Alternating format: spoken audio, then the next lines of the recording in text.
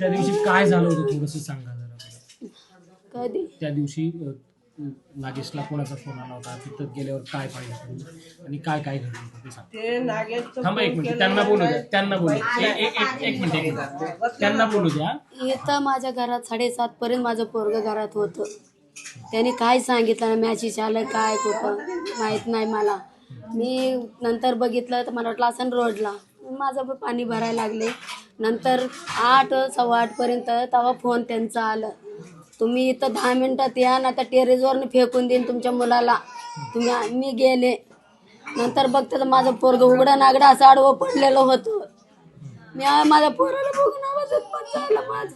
मला ते लोकांनी शिव्या दिल्या, टेरेस दाखवला, इथून दिलं ना तरी आमचं नाव आलं नसतं.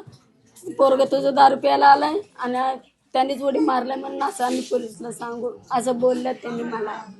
मागणी काय? मागणी म्हणजे माझं पोराचं किती हाल झाले, तर पडलंय का नाही त्यांना तसं तरपडून बोंगळं केलं का माझ्या पोराला. त्यांना बोंगळं करून मिरवणूक काढत अख्खा गाव कोथरूडपर्यंत इथपर्यंत अख्खा वाडरवाडी दाखवायचं. त्यांना सजा भेटायला नाही आणि त्यांना फाशीचा सजा द्यायचं. तेव्हाच माझ्या आत्म्याला शांत होईल. माझं किती जीव जळतंय, माझं घर मोकळं झालंय.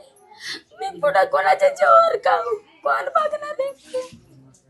माझ्या पोराचं न्याय पाहिजे. माझ्या पोराला काय केलं होतं कोणाचं, माझ्या पोराला न्याय द्यायचा.